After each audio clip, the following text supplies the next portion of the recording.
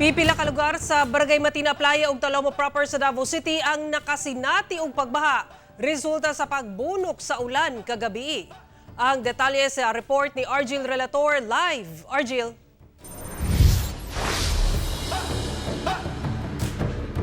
Sarang human ang pinakabulan nga walay kusog nga pag-ulan sa Davao City kagabi na sinati na gayud kini. Apan pipila ka mga lugar sa Barangay Matina Playa ug Talomo proper ang gibaha tungod sa pagbunok sa ulan.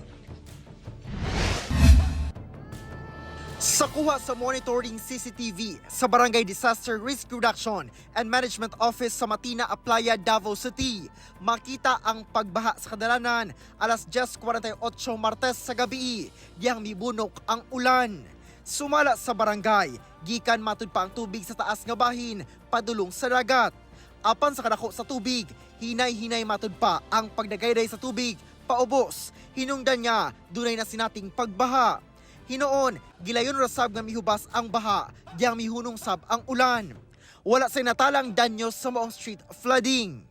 Sa Barangay Talomo proper, banda alas 4 sa kadlawon matud pa, nagsugod ang pagsaka sa tubig, resulta sa paglapaw sa Talomo River. Sa usa ka subdivision, ana sa hangtod hapit tuhod ang baha, ilabi na kadtong duol sa sapa.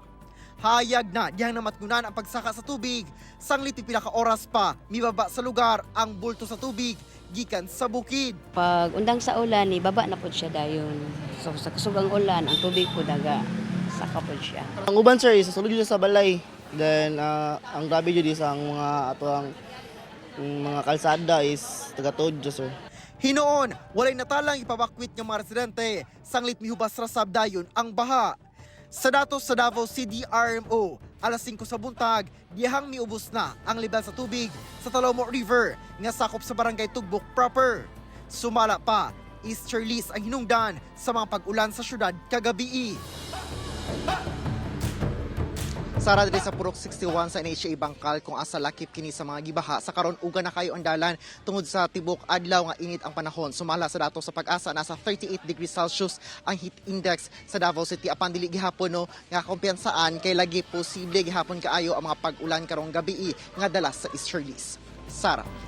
Okay, daghang salamat Argil Relator.